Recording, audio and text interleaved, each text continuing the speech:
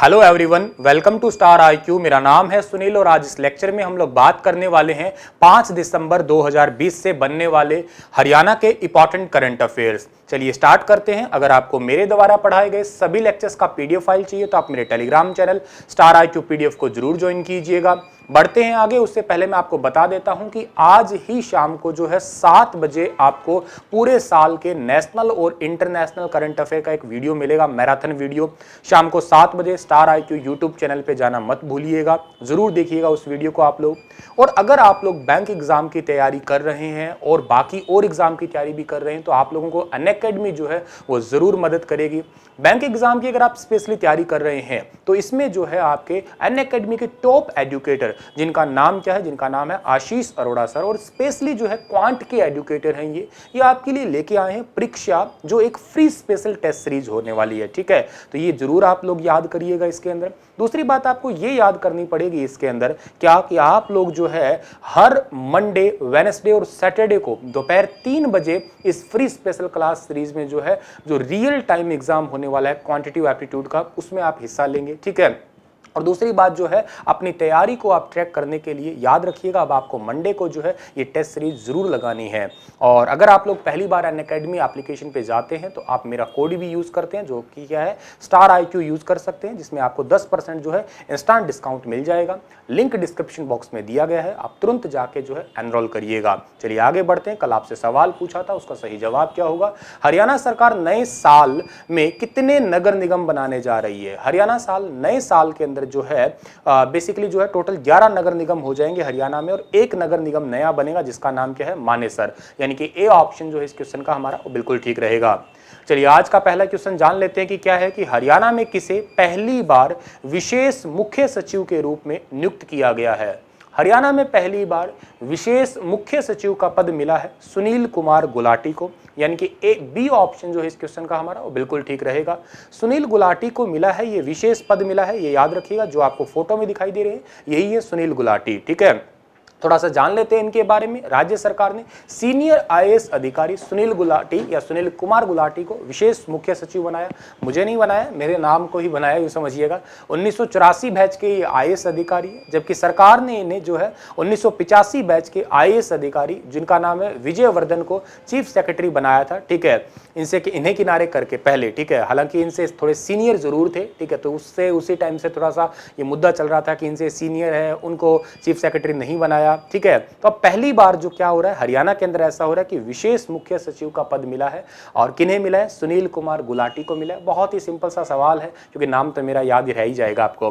गुलाटी अगले साल 30 अप्रैल को रिटायर होंगे, ये बात आप याद रखिएगा। गुलाटी अपने से जूनियर चीफ सेक्रेटरी के बजाय सीधे मुख्यमंत्री को रिपोर्ट करने वाले हैं, तो ये भी बात आप जरूर याद कर सकते हैं। ठीक है, आगे बढ़ते हैं हम लोग। तो हाल ही में लुहास की किस छात्रा ने पोस्टर मेकिंग में पहला स्थान हासिल किया है? लुहास पड़ता है एचयू के अंदर, एक छोटी सी यूनिवर्सिटी कहिएगा, लाला लाजपत राय वेटनरी यूनिवर्सिटी है ये आपकी, एनिमल एंड वेटनरी यूनिवर्सिटी। ठीक है, इसके एक स्टूडेंट है जिसका नाम है रीचा। ठीक है, बी ऑप्शन जो है इस क्वेश्चन का हमारा बिल्कुल ठीक रहेगा। एक मेरी भी स्टूडेंट है। ठीक है, और एक ये रीचा जो स्टूडेंट है, इन्होंने अभी विश्वविद्यालय में स्थापना दिवस 12 नवंबर को पोस्टर मेकिंग व प्रेजेंटेशन प्रतियोगिता में लुहास की पीएचडी की छात्रा रीचा खिरबाट ने पहला स्थान लिया। ठीक है, और इसमें छात्रा रितु जो है उन्होंने दूसरा स्थान हासिल किया है। ठीक है, इसमें क्या है, इन्होंने क्या किया? जियोनॉमिक्स, अच्छा उसके बाद में क्या है सीमेंट टेक्नोलॉजी, और क्या है विट्रो फर्टिलाइजेशन। इसके अंदर जो है अपने अपने तहत के ऑनलाइन पोस्टर बनाए और ये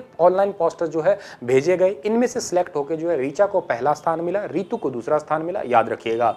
लुहास जो यूनिवर्सिटी है Lala Lajpat Rai university of veterinary and animal science, इसकी स्थापना 2010 में हुई थी। वीसी का नाम गुरदयाल सिंह है, याद रखिएगा आप लोग। हाल ही में किस नगर निगम में के पहले चुनाव की औपचारिक घोषणा कर दी गई है? कौन सा नगर निगम है जिसके पहले जो चुनाव होंगे इनकी औपचारिक घोषणा कर दी गई है? तो इनकी औपचारिक घोषणा की गई है, ये जिला है सोनीपत। बी ऑप्शन जो है इस क्वेश्चन का हमारा बिल्कुल ठीक रहेगा।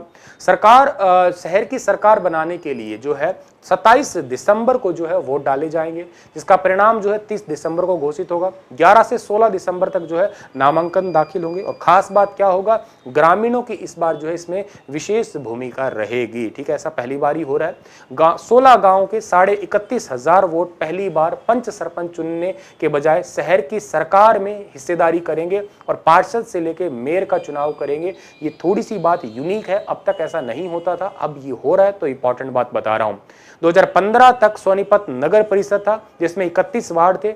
अंतिम चेयरपर्सन साधना तनेजा थी, ये बात भी आप याद कर सकते हैं। चलिएगा, और इसमें इस चुनाव में क्या होगा, ओवरऑल 20 वार्ड में 2,46,000 मतदाता मतदान करने वाले होंगे। सोनीपत को पुराने जमाने में सोनप्रस्थ के नाम से भी पुकारा जाता था। ठीक है भाई, अगला क्वेश्चन हमारा क्या रहेगा कि हरियाणा के किस जिले में नेशनल लोकदल अदालत का आयोजन किया जाएगा। नेशनल लोकदल अदालत का आयोजन कहां पे किया जाएगा? ऑप्शन हिसार है, अंबाला है, पानीपत है और झज्जर है। तो इस क्वेश्चन का सही आंसर रहेगा पानीपत के अंदर किया जाएगा, सी ऑप्शन सही रहेगा। नेशनल लोकदल अदालत में दुर्घटना के दावे, चेक बाउंस, बैंक वसूली, नागरिक विवाद, इनसे संबंधित जितनी भी सार्वजनिक उपयोगिताएं हैं ये सारी सेवाएं शामिल होगी।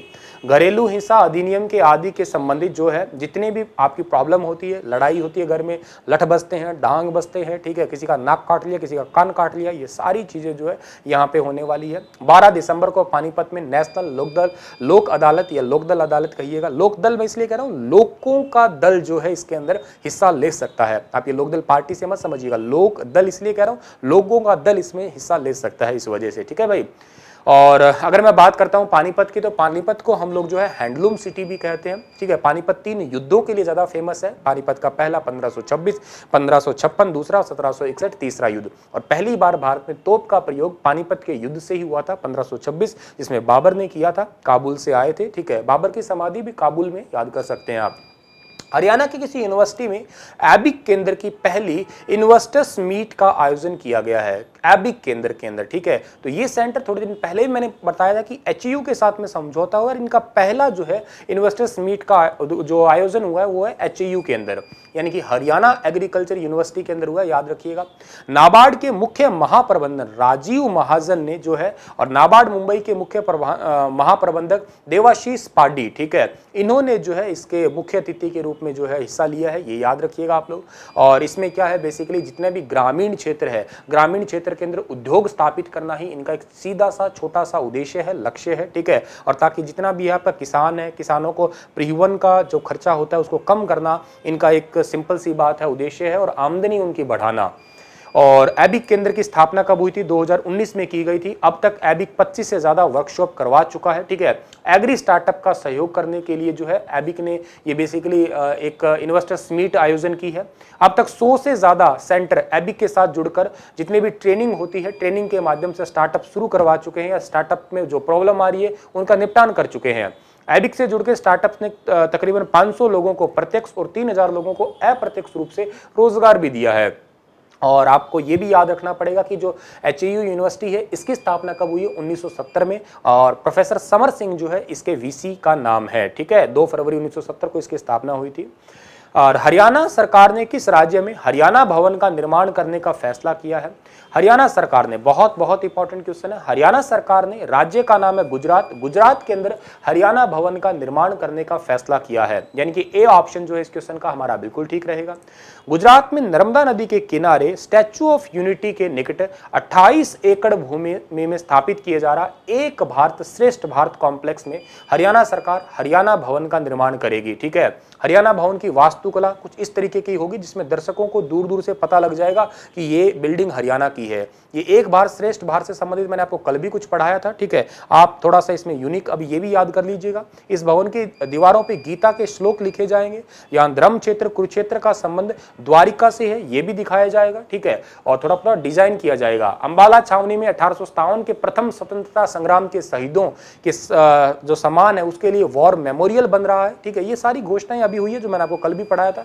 एक चीज मैंने आपको कल बताई थी, 22 एकड़ भूमि पे बनाया जा रहा है वॉर मेमोरियल। ठीक है, और आगे बढ़ते हैं हम लोग। अगला क्वेश्चन हमारा क्या रहेगा कि दिल्ली दूरदर्शन के उप महानिदेशक पद पर तैनात MS दूहन को चौथी बार अंतरराष्ट्रीय पुरस्कार मिला है। वे हरियाणा के किस स्थान से संबंधित है?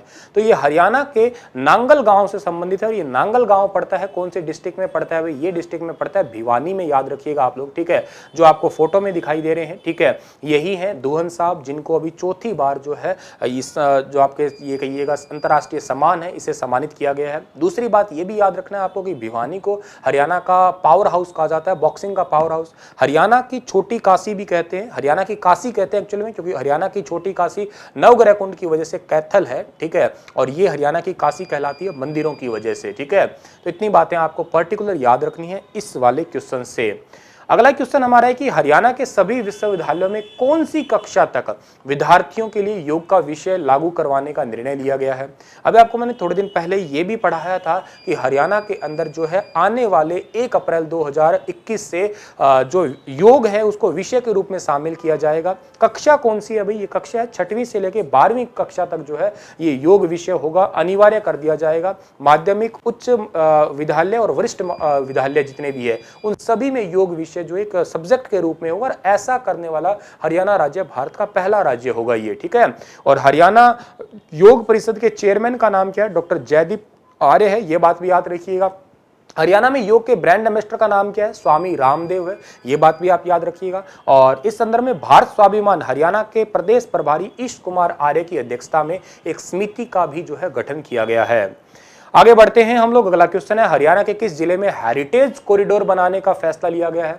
हेरिटेज कॉरिडोर जो है हरियाणा में कहां बनेगा, ये बनेगा हिसार, भिवानी, पंचकुला, करनाल। तो इस क्वेश्चन का सही आंसर है ये करनाल में बनेगा, डी ऑप्शन जो है इस क्वेश्चन का हमारा बिल्कुल ठीक रहेगा, हेरिटेज कॉरिडोर। हेरिटेज कॉरिडोर का मतलब क्या है, इसमें क्या है आपका जो बेसिकली तकरीबन 200 साल पुरानी क्रिश्चियन जो सेमेट्री है, ब्रिटिश काल में बना ओल्ड कचहरी भवन है, रिकॉर्ड रूम है, विक्टोरिया मेमोरियल हॉल है, इनका लुक दिया जाएगा, इनको बिल्कुल नया लुक दे दिया जाएगा, थोड़ा चेंज कर लिया जाएगा, ठीक है। और थोड़ा थोड़ा जो है यूं कहिएगा आप लोग यहाँ पे म्यूजियम टाइप से चीजें जो है वो भी रहेंगी, तो ये बात भी आप याद कर सकते हैं।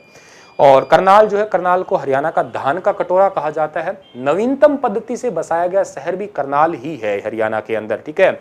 1948 में जब राष्ट्रपिता महात्मा गांधी जो है उनकी हत्या हुई थी, उस टाइम से विक्टोरिया मेमोरियल हॉल भवन जो है ये हमारी भारत की विरासत में से एक शामिल है, यूं कह सकते हैं हम लोग। गांधी मेमोरियल हॉल भी इसे जो है पुकारा करते हैं गांधी जी को श्रद्धांजलि देने के लिए।